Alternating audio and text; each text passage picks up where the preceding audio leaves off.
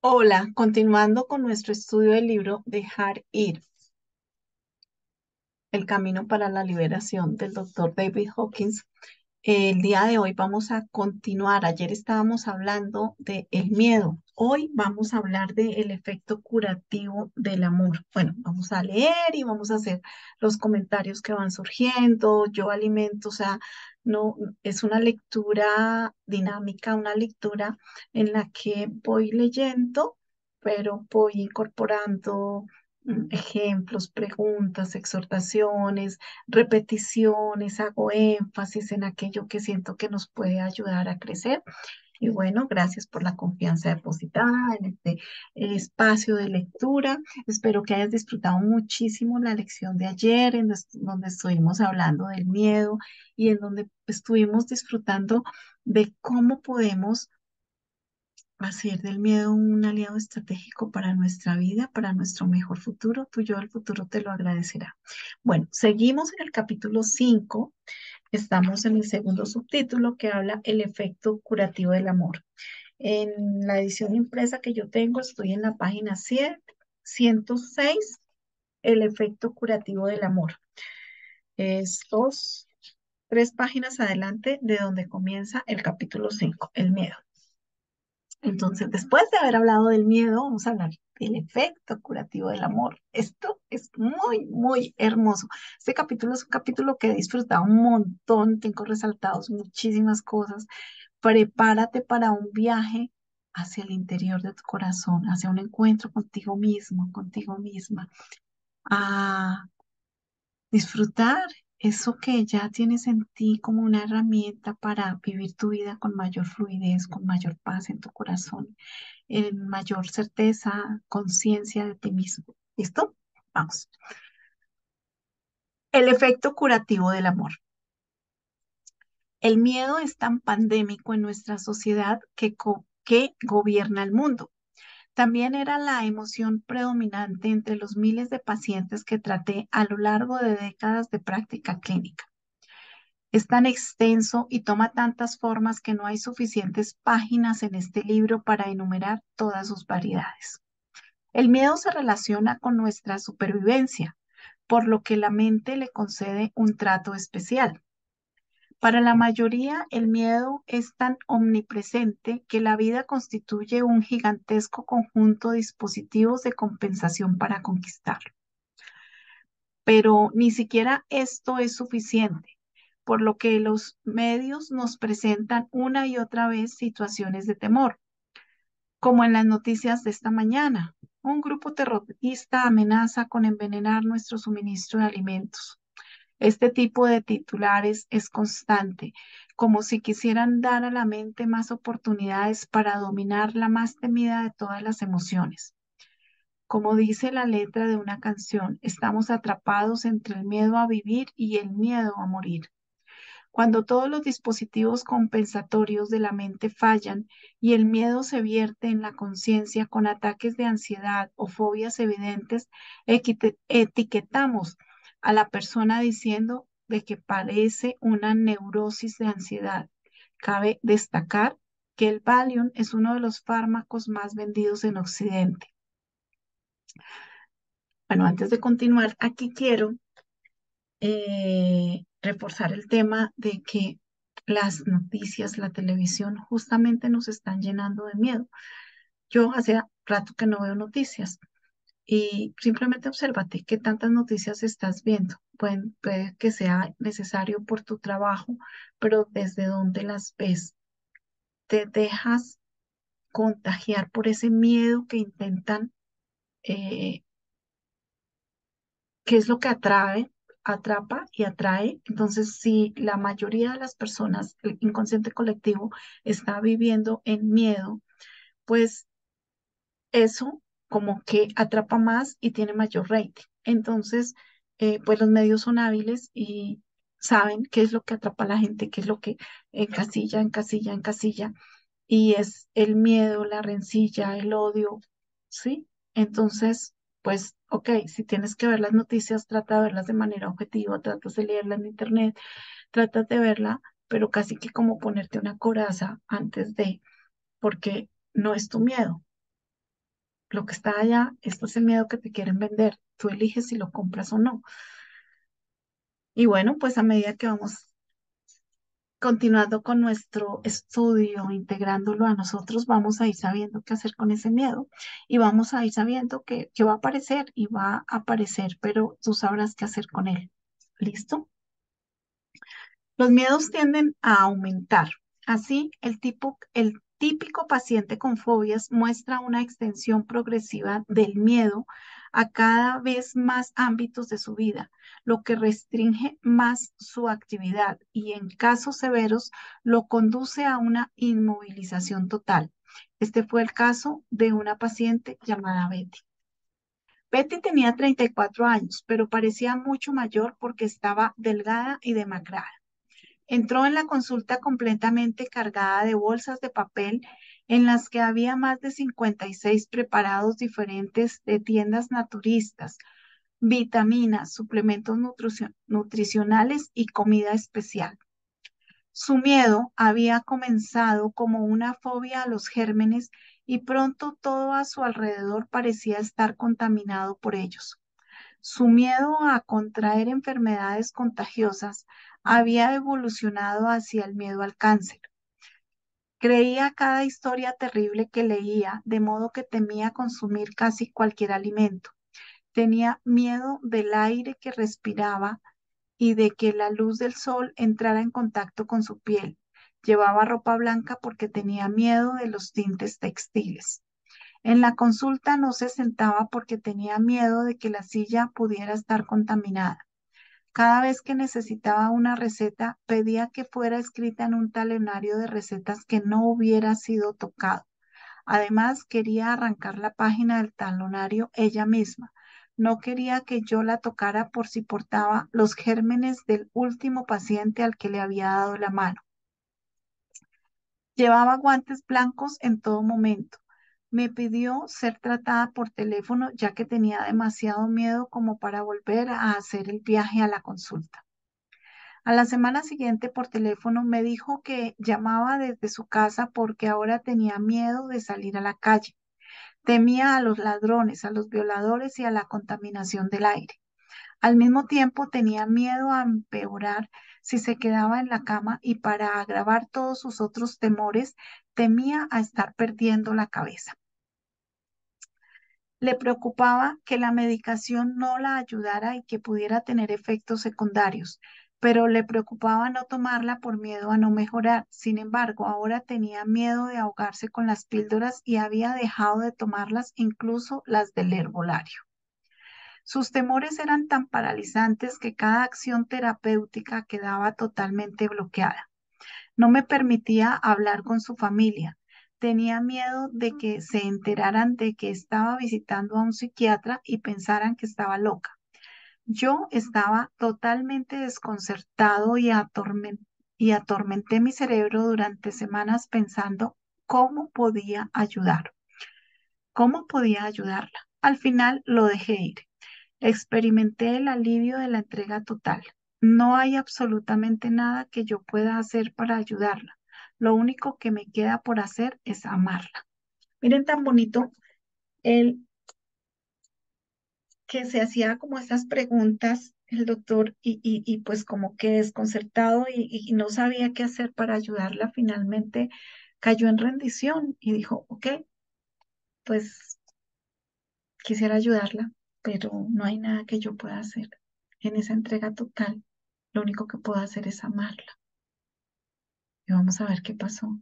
Pero esta invitación también es para que en nuestras vidas, aquello a lo que le tengamos mayor miedo, sea una situación, sea una persona, sea un desafío, lo veamos con ojos del amor.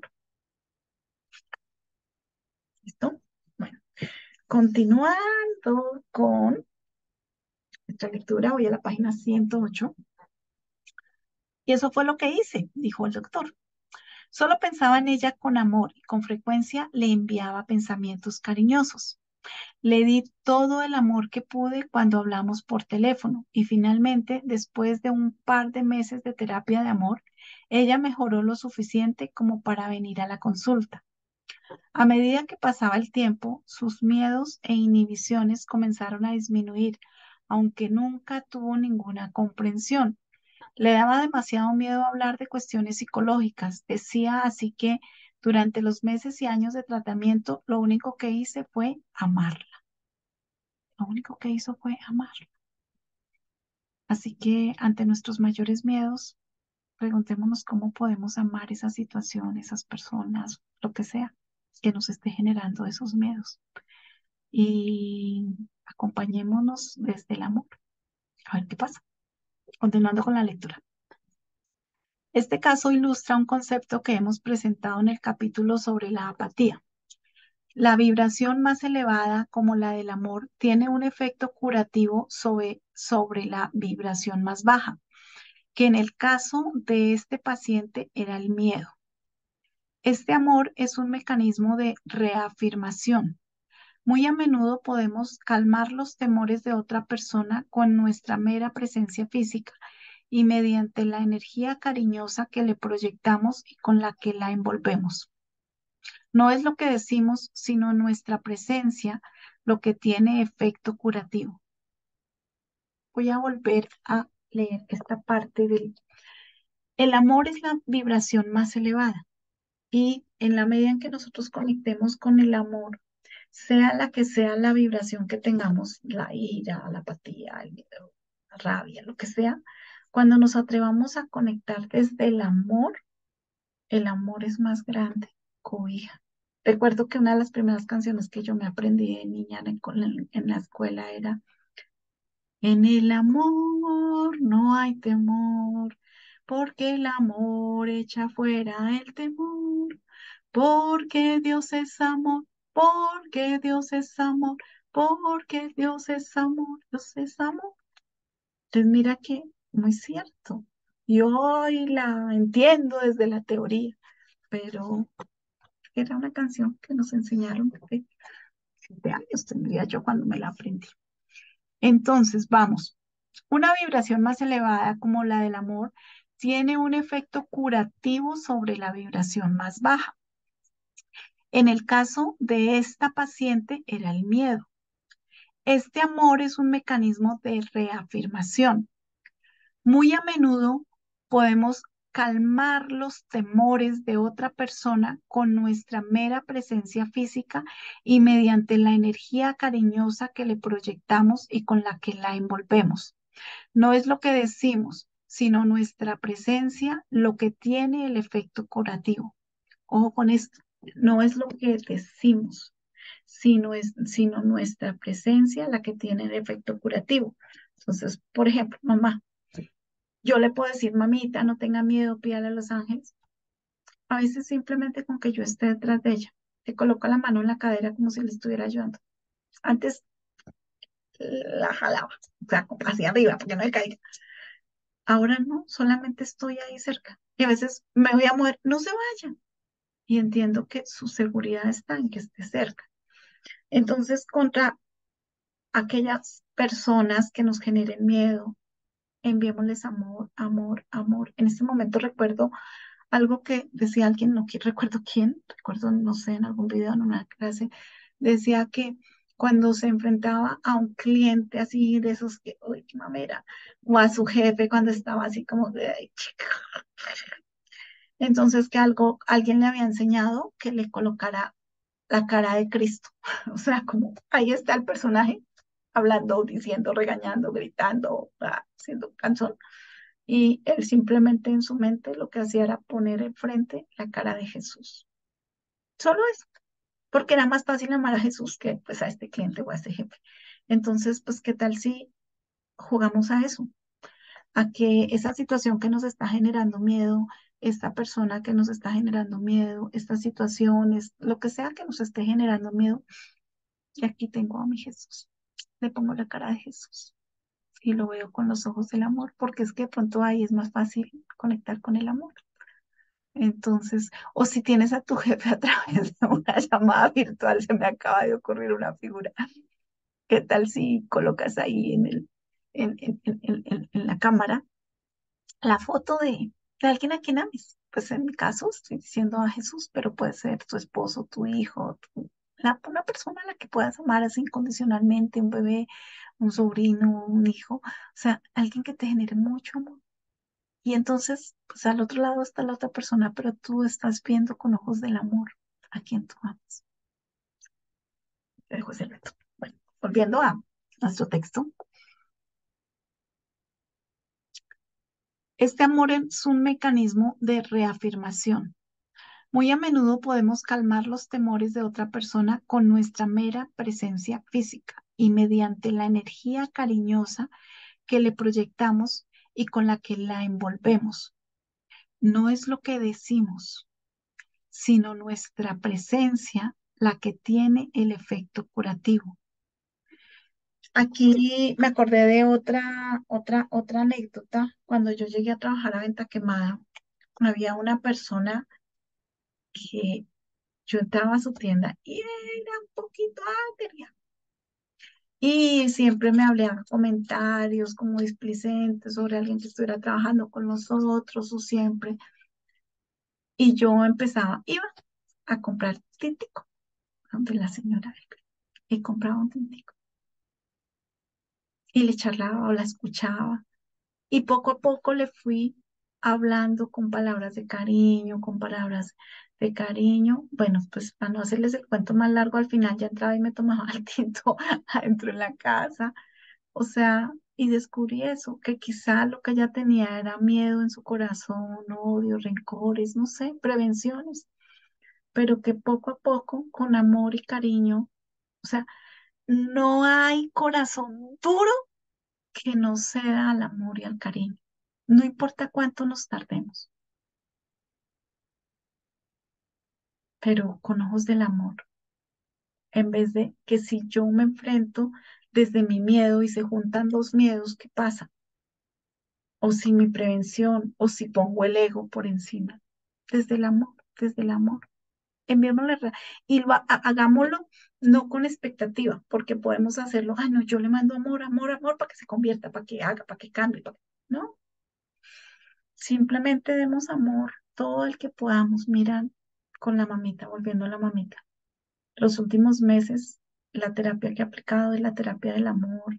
Después de pensar en llevarla a geriátrico, he dicho, pues porque más bien no la disfruto, no sé cuánto tiempo la tenga.